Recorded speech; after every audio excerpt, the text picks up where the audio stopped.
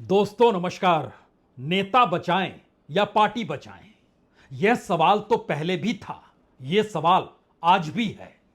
पहले इस सवाल पर गौर इसलिए नहीं किया गया क्योंकि नेता पार्टी को जिता रहा था और पार्टी जीत रही थी। जीतती हुई पार्टी का नेता सर आंखों पर होता है, राजनीतिक तौर पर भी और सामाजिक तौर पर भी। और ऐसे में एक सामाजिक सांस्कृतिक संगठन आरएसएस है जो यह मानकर चलती है कि राजनीति का पाठ इस देश में जरूर चला जाना चाहिए, लेकिन एक शुद्धिकरण के साथ जिसमें समाज की भागीदारी हो। लेकिन धीरे धीरे बीते 10 वर्षों में जो प्रशासन, जो शासन, जो राजनीति के तौर तरीके मोदी सत्ता ने इस देश के भीतर परोसे, उससे प्रभावित बीजेपी भी हुई। और यह सवाल धीरे धीरे उसी शक्ल में सामने तो आया कि नेता बचाएं या पार्टी बचाएं, लेकिन इस बार जिस शक्ल में आया उसमें सवाल यह है कि नेता को बचाएंगे तो पार्टी खत्म हो जाएगी, पार्टी को बचाएंगे तो नेता को बदलना होगा। राजनीतिक तौर पर यह मैसेज बीजेपी और संघ के भीतर उछलने लगा है। सामान्य तौर पर अक्सर संघ यह देखता परखता रहा कि कोई भी बीजेपी के साथ खड़ा व्यक्ति, नेता, मंत्री, सांसद, विधायक, मुख्यमंत्री, कोई तो कुछ कहता नहीं है क्योंकि सभी को राजनीतिक जीत चाहिए। और इसीलिए जिन सवालों को संघ उठाता था वो सवाल उस राजनीतिक शोर में दफन हो जाते थे। लेकिन अब सवाल तो कुछ और हो चला है। नेता, मंत्री, सांसद, विधायक यह तो राजनीति करते हैं और यह तो अपने नेता के सामने दबे हुए रहेंगे ही, लेकिन इस देश का वोटर, इस देश का वह वोटर जो पीढ़ियों से आरएसएस के साथ है, इस देश का वह वोटर जो जनसंघ के दौर में भी सक्रिय था और बीजेपी के दौर में भी सक्रिय रहा, लेकिन फिर ऐसा क्या हो गया कि इस बार हरियाणा में वोट डालने के लिए वो घर से बाहर नहीं निकला। पिछली बार की तुलना में सिर्फ 1.5% वोटिंग कम हुई, लेकिन बड़ा सवाल यह उठा, जो नए वोटर निकलकर कांग्रेस को छोड़कर बीजेपी के साथ आए, अगर पुराने वोटर जो बीजेपी के कट्टर वोटर रहे हैं वह निकल आते तो ऐसी स्थिति ना होती जो कि एग्जिट पोल में नजर आ गया और सार्वजनिक तौर पर सबके सामने उभर गया कि दरअसल स्वयंसेवक भी घर में ही रहा और इलाके दर इलाके, खास तौर से शहरी इलाकों में जो हालात हैं, जो परेशानी है, जो मुश्किल परिस्थितियां हैं, इनसे दो चार राजनीतिक सत्ता तो होती नहीं, लेकिन वोटर तो होता है और वोटर को उसी समाज में रहना है। और इन्हीं परिस्थितियों के भीतर अब अगला सवाल संघ के सामने यह भी आकर खड़ा हो गया, अगर हरियाणा में उसके अपने वोटर नहीं निकले, जिसे वह हिंदू वोटर के तौर पर कहने से चूकते नहीं है, लेकिन बीजेपी हिंदू वोटर नहीं कहती है। बीजेपी तो हिंदुत्व का नाम लेकर तमाम वोटरों को साथ रखना चाहती है। और यह सवाल अब महाराष्ट्र की दिशा में अगर बढ़ गया तो महाराष्ट्र में इतनी बुरी गत हो जाएगी, क्योंकि महाराष्ट्र की राजनीति में 2 दशकों या 3 दशकों के बाद बीजेपी चुनाव मैदान में अपने बूते होगी, शिवसेना को तोड़कर अपने बूते होगी, एनसीपी को तोड़कर अपने बूते होगी और टूटी हुई शिवसेना और टूटे हुए एनसीपी को साथ लेकर चल रही होगी। यह मनोविज्ञान वोटरों को रिझाएगा नहीं। और अगर महाराष्ट्र के भीतर स्वयंसेवक घर से नहीं निकलता है, जैसे हरियाणा में नहीं निकला, हरियाणा के भीतर गुरुग्राम का इलाका हो, फरीदाबाद का इलाका हो, यहां तक कि रोहतक का इलाका हो और सिरसा का इलाका हो, और बात अगर और आगे बढ़ाइएगा तो इस दायरे में झज्जर भी आएगा और इस दायरे के भीतर पानीपत भी आएगा, कुरुक्षेत्र भी आएगा। तो क्या कुरुक्षेत्र और क्या पानीपत, युद्ध की तमाम परिस्थितियां तो बीजेपी के भीतर है। और अगर वोटर इस शक्ल में बोलने लग जाए कि हम आपको वोट देंगे नहीं, और ऐसा नहीं है कि हम आपको वोट नहीं दे रहे हैं तो आपके विपक्ष में खड़े कांग्रेस को दे देंगे, जी नहीं, ऐसी परिस्थिति भी नहीं है, क्योंकि वोटरों के सामने जो कि बीजेपी के साथ हमेशा से रहा, उसके भीतर अभी भी यह सवाल है कि कांग्रेस हिंदू के खिलाफ है, इसीलिए वो वोट नहीं देंगे। उनके जहन में अभी भी सवाल है क्या वाकई कर्नाटक में गणेश जी को शिक्षकों के पीछे रख दिया गया, यानी ताले लगा दिए गए, उनको वहां बंद कर दिया गया, जिन मूर्तियों को लेकर कार्यकर्ता सड़क पर उतरे थे? जिन सवालों के आश्रय आरएसएस का वोटर या बीजेपी का वोटर घूमड़ता है, उसमें कांग्रेस फिट बैठ नहीं रही, यह तो सही है। लेकिन अगर ऐसी परिस्थिति आ गई कि बीजेपी का अपना वोटर ही उसको साथ देने को तैयार नहीं, तब क्या होगा? यह एक ऐसा सवाल है जिस सवाल का जवाब संघ के पास नहीं है और उसे तय करना है नेता या पार्टी। और अगर नेता को लेकर वैकल्पिक परिस्थितियों को देखना है तो एक दो नहीं, 3-4 सवाल इस वक्त बीजेपी के भीतर और आरएसएस के भीतर घुमड़ने लगे हैं। इन 4 सवालों का जवाब बीजेपी के भीतर बैठे हुए वह लोग चाहते हैं जो रणनीति बनाते हैं, जो ताकत देते हैं कार्यकर्ताओं को, जो प्रोफेशनल वर्ल्ड में कहीं ना कहीं संघ से जुड़े रहे पुराने दौर में और इस दौर में वह तकनीकी युग से जुड़े हों या फिर आंकड़ों की दुनिया में अर्थशास्त्र को संभाल रहे हों। ऐसे लोगों की भी कतार है जो जान रहे हैं कि इस देश की अर्थव्यवस्था इस देश के लोगों के अनुकूल नहीं है, सवाल सिर्फ मिडिल क्लास का नहीं है। और इन परिस्थितियों के बीच भी अगर बीजेपी यह तिलिस्म खड़ा करती चली गई कि देख लीजिए हम जीत जाएंगे, और अगर हरियाणा ने संकेत दे दिए तो फिर महाराष्ट्र के संकेत तो बीजेपी के भीतर एक ऐसा बवाल खड़ा कर देंगे जिसमें संघ को सोचने का मौका ही नहीं मिलेगा कि नेता को बचाएं या पार्टी को बचाएं, क्योंकि जनता, उनके भीतर की जनता खुद ब खुद खड़ी हो जाएगी। शायद यही वो वजह है जहां पर पहली बार 4 सवाल, सुन लीजिए इन 4 सवालों को, उसके बाद बात आगे बढ़ाई जाएगी। पहला सवाल तो यही है, क्या बीजेपी के अध्यक्ष को लेकर अभी भी आरएसएस कहीं ऐसा तो नहीं सोच रहा है जो नाम मोदी और शाह की टीम देगी, यानी सरकार देगी, उसी नाम पर मुहर लगा देंगे? ऐसा बिल्कुल मत सोचिएगा। दूसरा सवाल, जिस तरीके से राज्यों के मुख्यमंत्रियों को बदला गया और इस तरीके से लाया गया कि वहां के जेन्युइन उम्मीदवार जो मुख्यमंत्री बन सकते थे, अगर आप किसी को हटा रहे हैं, चाहे वो वसुंधरा राजे हो, चाहे वह शिवराज सिंह चौहान हो। मत यह भी है कि दरअसल बीजेपी के सिर्फ 3 मुख्यमंत्री ही इस दौर में फिट हैं। उसमें एक उत्तर प्रदेश है, एक असम है और तीसरा उत्तराखंड है।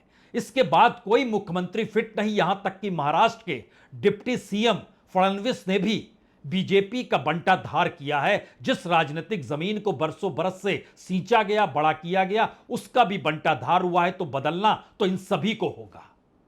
यह दूसरा सवाल था। तीसरा सवाल था कि विकल्प क्या है आपके सामने, प्रधानमंत्री पद को लेकर कौन सा व्यक्ति है जो फिट बैठेगा। इस नाम की खोज तुरंत करनी शुरू कीजिए, अन्यथा बीजेपी अगर इस चेहरे के आश्रय चलती चली जाएगी, और इस चेहरे को लेकर तो संघ ने पहले ही बकायदा मुखपत्र ऑर्गेनाइजर में लिखा कि 2024 के चुनाव से पहले लिखा कि यह चेहरा काम नहीं करेगा, तो फिर अभी तक इस चेहरे के आश्रय क्यों टिके हुए हैं। और चौथा सवाल योगी को लेकर है।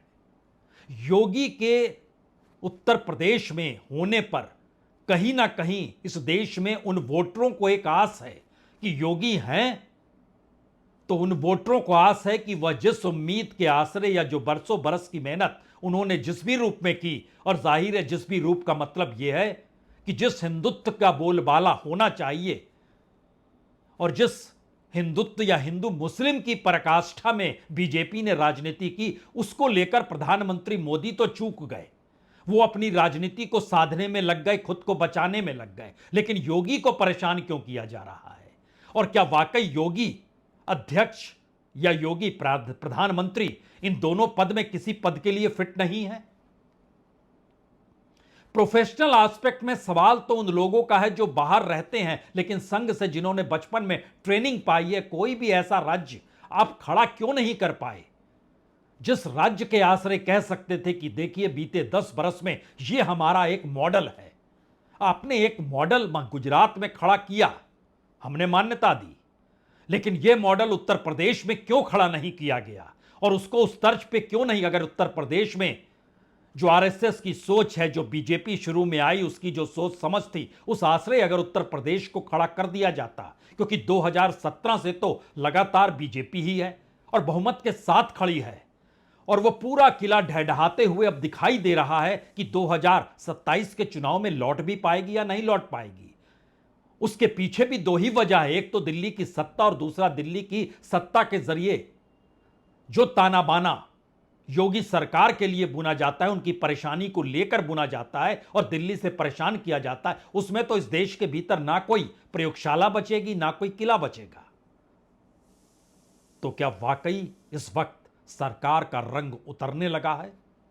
क्योंकि उन्हें समझ में आने लगा है कि हरियाणा के चुनाव परिणामों में जो भी मुद्दे बीजेपी ने उछाले, वह मुद्दे कांग्रेस से छिटक कर आए हुए थे, चाहे वो शैलजा का मुद्दा हो, चाहे दलितों का मुद्दा हो, चाहे छत्तीस बिरादरी का मुद्दा हो, चाहे जाट का मुद्दा हो, चाहे हुडा का मुद्दा हो।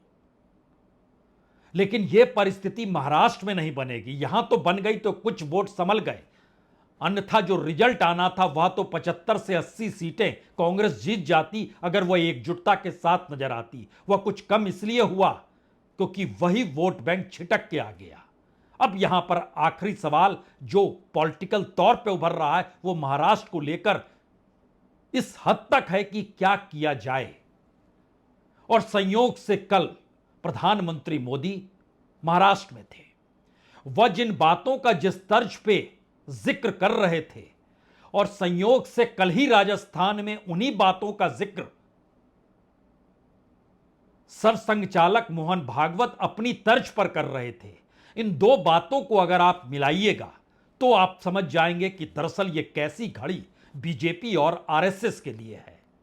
पहले तो प्रधानमंत्री मोदी की इस आवाज को सुन लीजिए। कांग्रेस सरकार बनाने का सपना देख रही है।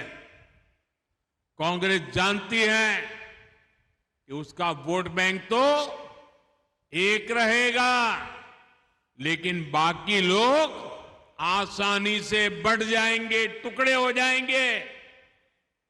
इसलिए कांग्रेस और उसके साथियों का एक ही मिशन है, समाज को बांटो, लोगों को बांटो और सत्ता पर कब्जा करो।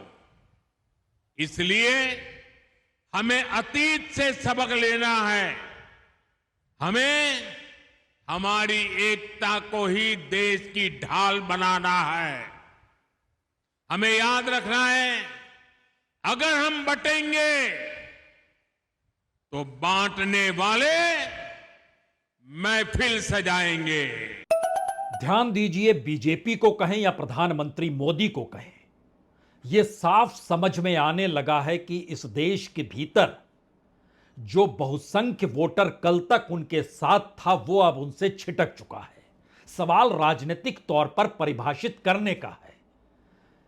तो प्रधानमंत्री नरेंद्र मोदी ने उसको नए तरीके से परिभाषित इस तरीके से किया कि कांग्रेस के पक्ष में उसका अपना वोट बैंक तो बना रहेगा, लेकिन बाकी वोट जो है वो अगर अलग अलग हिस्सों में बट जाएंगे तो फिर हम बट जाएंगे, हम खत्म हो जाएंगे और उनकी महफिल सज जाएगी। उनकी महफिल सजने मत दीजिए। राजनीतिक तौर पर यह परिस्थिति बटने, बांटने, जोड़ने और एकजुट होने की जब निकल कर आती है तो संकट गहरा है, क्योंकि भाषण कोई नेता नहीं, कोई सांसद नहीं, इस देश का प्रधानमंत्री दे रहा है। यह समझना होगा। और इस भाषण को जब आपने सुन लिया तो इसी वक्त कमोवेश राजस्थान के बारान नगर में सरसंघचालक मोहन भागवत स्वयंसेवकों को पाठ पढ़ा रहे हैं। उनके शब्द क्या होते हैं? वो कहते हैं, हिंदू समाज खुद को एकजुट करे।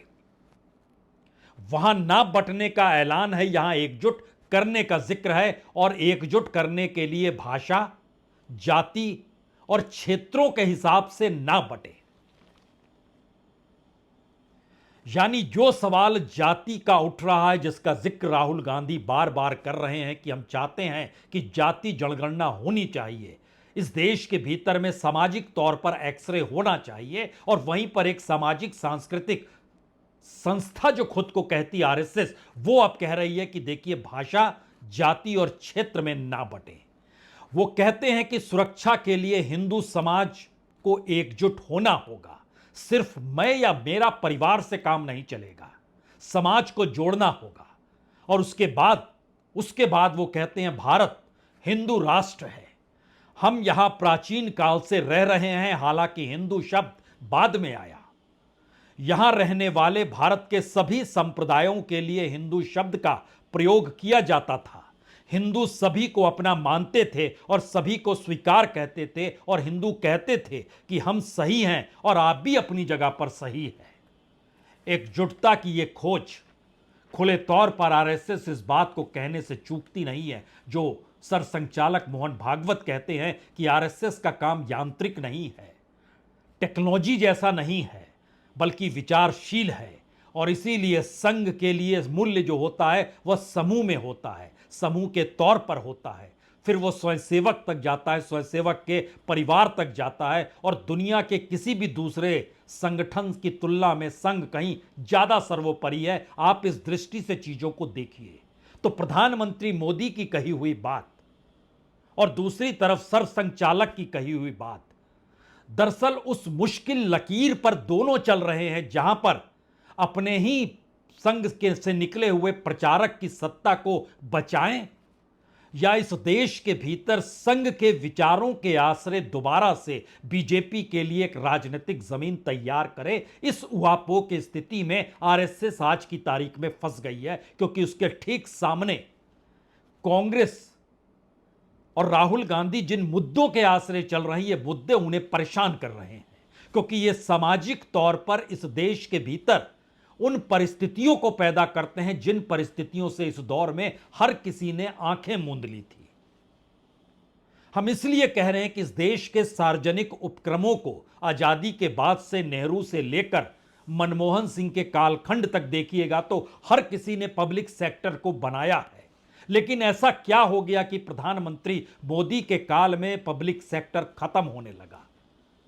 2013-14 में पब्लिक सेक्टर में काम करने वालों की तादाद 17,30,000 थी और 2024 में उसमें काम करने वाले लोगों की तादाद 13,90,000 है।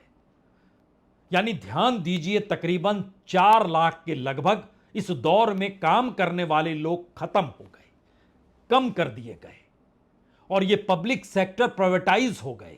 हालांकि इसको नए शक्ल में राहुल गांधी कहते हैं कि पब्लिक सेक्टर में चूंकि आरक्षण था तो वो आरक्षण उन्हें अब नहीं मिलता है, चूंकि प्राइवेट सेक्टर में आरक्षण की व्यवस्था है नहीं, तो वहां नहीं देते हैं। लेकिन एक पूरी प्रक्रिया के तहत चीजें कैसे खत्म की जा रही है, सुन लीजिए। राहुल गांधी भी कल महाराष्ट्र में थे और कल ही वो जिक्र कर रहे थे इस बात का।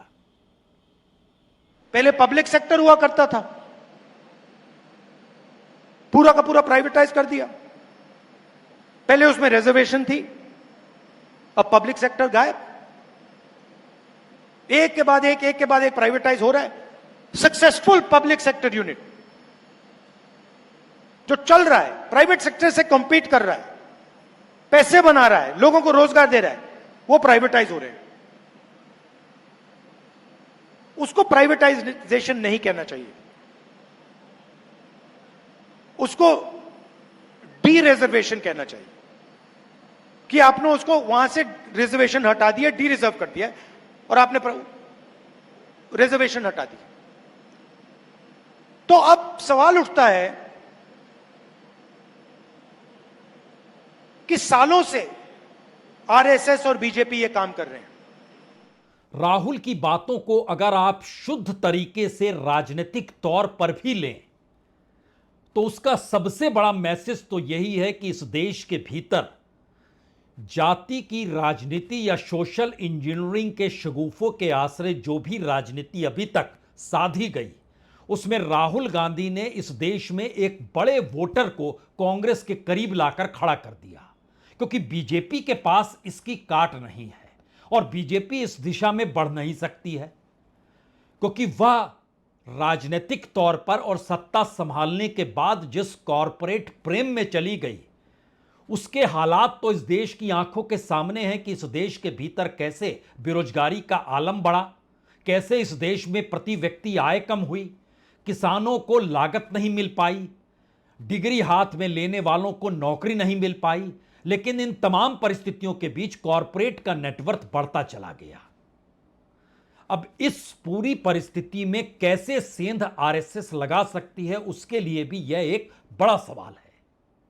राजनीतिक तौर पर वो ये मानकर चलती रही कि एक प्रचारक अगर नेता बनता है, सांसद बनता है, पार्लियामेंट जाता है, तो वह संघ के विचारों को ही वहां पर रखेगा। लेकिन यहां तो प्रचारक प्रधानमंत्री बन गया और उसके बाद कॉरपोरेट प्रेम ने इस देश के भीतर इतनी बड़ी दीवार खड़ी कर दी कि दोबारा संघ संघ है यह बताने में उसको बार बार मुश्किल हो रही है, और उन बातों का जिक्र कर रहे हैं जिन बातों का जिक्र गुरु गोलवलकर करते थे। अब समूह का जिक्र हो रहा है। जरा सोचिए, श्यामा प्रसाद मुखर्जी पहली बार जब गोलवलकर जी के पास पहुंचे कि पॉलिटिकल पार्टी बनानी है, तो गोलवलकर ने मना कर दिया कि पार्टी समूह का काम होता है, यह एक व्यक्ति का काम नहीं होता है। तो वो कलकत्ता लौट के अपनी एक अलग पार्टी बना ली उन्होंने। फिर वापस जनसंघ को बनाने में एक सामूहिकता का बोध था, लेकिन इस दौर में सत्ता भी सामूहिकता भूल गई, तो बचेगा क्या? और इस रंग के भीतर का सच क्या है? रंग के भीतर का सबसे अनूठा रंग या सबसे अनूठी त्रासदी यह है कि अब सरकार खुद को बचाने के लिए हर चीज पर पर्दा डालने को तैयार है। स्थितियां इतनी भयानक हो चुकी है कि पहली बार पार्लियामेंट की जो कमेटी बनती है, पब्लिक अकाउंट कमेटी पीएसी, उसने बुलावा भेजा सेबी के चेयरमैन को, माधवी पुरी बुच को भेजा कि आप आइए और जानकारी दीजिए जो आप पर आरोप लगे हैं, जो मैनिपुलेशन का खेल है, जो आपकी अपनी कंपनियों का जो पूरा खेल है, जो कॉन्फ्लिक्ट ऑफ इंटरेस्ट है, सफाई दीजिए। तो सफाई को देने वो आए या ना आए, उन्होंने कोई जवाब तो नहीं भेजा। लेकिन उसी पब्लिक अकाउंट कमेटी के बीच से बीजेपी के एक सांसद ने बकायदा स्पीकर को खत लिख डाला और कहा कि यह गलत काम है। और क्या शब्दों का इस्तेमाल किया, हमें लगता है पहले आज इसे सुनना चाहिए।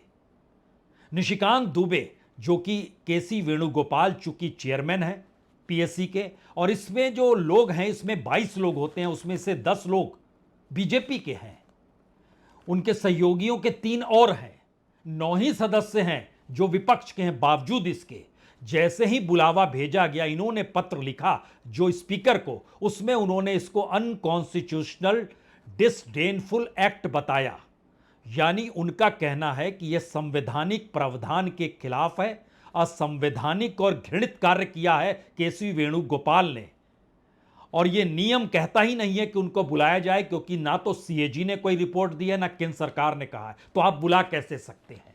अब आप सोचिए, पार्लियामेंट्री कमेटी बनी हुई है, उसके भीतर भी बीजेपी लड़ रही है, और जबकि बीजेपी की सदस्य नहीं है माधवी पुरी बुच, उस तो नियामक संस्था को देखती है और उसके जरिए लोगों के हितों को संभालना, और वो हित डावाडोल हो गए, इसीलिए वो कमेटी बुला रही है। लेकिन जिन शब्दों के जरिए जिन बातों को लिखा गया, इसमें और भी चीजों को समझना चाहिए कि उन्होंने सीधे तौर पर कहा, ऐसी क्या वजह है कि यह असंवैधानिक है, गैर कानूनी है, यह अत्यधिक निंदनीय है। उन्होंने कहा कि सेबी की जो चीफ हैं बुच पर हितों के टकराव का जो आरोप लगाया गया, यह totally unconstitutional, illegal, highly deplorable act है और इसको इन्वेस्टिगेट करने का कोई अधिकार नहीं है। इतना ही नहीं, यह भी कहा गया कि भारत बड़ी तेजी से दुनिया में विकास कर रहा है, और ऐसे में अगर बुच को बुलाया जाता है तो यह लगता है कि दुनिया के भीतर जो टूल किट होता है उससे ये खेल रहे हैं और उसी आश्रय काम कर रहे हैं। यानी भारत के विकास को दुनिया देख नहीं पा रही है, इसीलिए सेबी चीफ को आप मत बुलाइए, ये तो दुनिया के हाथों खेलने। कुछ ऐसा ही जिक्र प्रधानमंत्री ने भी किया, सुनिए जरा। आज कांग्रेस के असली रंग खुलकर सामने आ गए हैं। कांग्रेस को अब अर्बन नक्सल का गैंग चला रहा है। पूरी दुनिया में जो लोग भारत को आगे बढ़ने से रोकना चाहते हैं, कांग्रेस अब खुलकर उनके साथ खड़ी है। तो प्रधानमंत्री को कांग्रेस का रंग तो दिखाई दे रहा है, लेकिन खुद उनकी अपनी सत्ता, उनकी अपनी सरकार और बीजेपी का रंग किस तरीके से इस वक्त उतर रहा है, और उस उतरते हुए रंग में नेता को बचाएं या पार्टी बचाएं, यह संघ अगर सोचने लगा है तो परेशानी अब 3 रास्तों पर संघ और बीजेपी दोनों को लाकर खड़ा कर चुकी है और ये तीनों रास्ते मौजूदा वक्त में मोदी की सत्ता के खिलाफ हैं। सवाल यह नहीं कि मोदी की सरकार गिर जाएगी, बिल्कुल नहीं, यह सवाल नहीं है। सवाल यह है कि सरकार बनी रहे, चलती रहे, बीजेपी कैसे मजबूत हो, इस दिशा में जो विकल्प खोजा जाना चाहिए वो रास्ता कहां जाता है। सहमति असहमति के बीच खुले तौर पर बीजेपी के भीतर से कोई नेता अगर बोल पाने की स्थिति में नहीं है तो क्या वो हरियाणा के बाद महाराष्ट्र के चुनाव में अगर जो बुरी गत आरएसएस खुद देख पा रही है वैसा हो गया तो कौन किस रूप में निकल कर आएगा, संघ को इस बात की भी चिंता है। सवाल अनुशासन का नहीं बल्कि अनुशासन से एक कदम आगे का है। अनुशासन का मतलब तो अपनी सत्ता के खिलाफ कोई आवाज नहीं उठाना है, लेकिन अनुशासन के आगे का सवाल कि अगर आवाज नहीं उठाई तो आने वाले वक्त में कुछ भी नहीं बचेगा, इसलिए आवाज उठाने की जरूरत है। और यह सवाल अब सरसंघचालक के भीतर भी समाया हुआ है। अलग अलग जगहों पर उनके वक्तव्य खुले तौर पर नजर आ रहे हैं। तो पहला रास्ता आरएसएस से निकलता है, वह किस तेजी से पहल करेगा जिससे महाराष्ट्र में कम से कम स्वयंसेवक और बीजेपी के कट्टर वोटर तो निकल आए। लेकिन मुश्किल यहां एक है, खुद संघ इस दौर में बीजेपी से रूठा हुआ और यह मैसेज नीचे तक जाया चुका है। दूसरा सवाल, क्या वाकई बीजेपी के भीतर से उठने वाले सवाल, पहले खट्टर फिर सैनी, और जो हरियाणा की राजनीति को दिल्ली से चलाने की सोच थी, अब यह सवाल महाराष्ट्र के भीतर भी आएगा जहां पर देवेंद्र फडणवीस की मौजूदगी ने बीजेपी का बंटाधार तोड़फोड़ के आश्रय कर दिया। लेकिन वह भी तो रिमोट पर दिल्ली से ही चल रहे थे। यह दूसरा सवाल। और तीसरा सवाल इन सबसे महत्वपूर्ण है, अगर हर सवाल का जवाब इस देश की राजनीतिक सत्ता संघ के प्रचारक से प्रधानमंत्री बने मोदी के कार्यशैली पर आकर टिक रहा है तो रास्ता निकालेगा कौन और निकलेगा कैसे। प्रोटोकॉल कहता है कि खुद अपने तौर पर पहल उसी सत्ता को करनी चाहिए, संघ पहल राजनीतिक तौर पर नहीं करेगा। लेकिन दूसरी परिस्थिति कहती है कि संघ ऐसे हालात तो बना ही सकता है जहां खुद ब खुद बीजेपी के भीतर से सवाल बाकी उठाने लग जाएं। ये बाकी उठाएंगे कौन, और ये सवाल आपको महाराष्ट्र चुनाव से पहले दिखाई देगा या महाराष्ट्र चुनाव के परिणामों के बाद दिखाई देगा। खेल 3 से 5 महीने का है।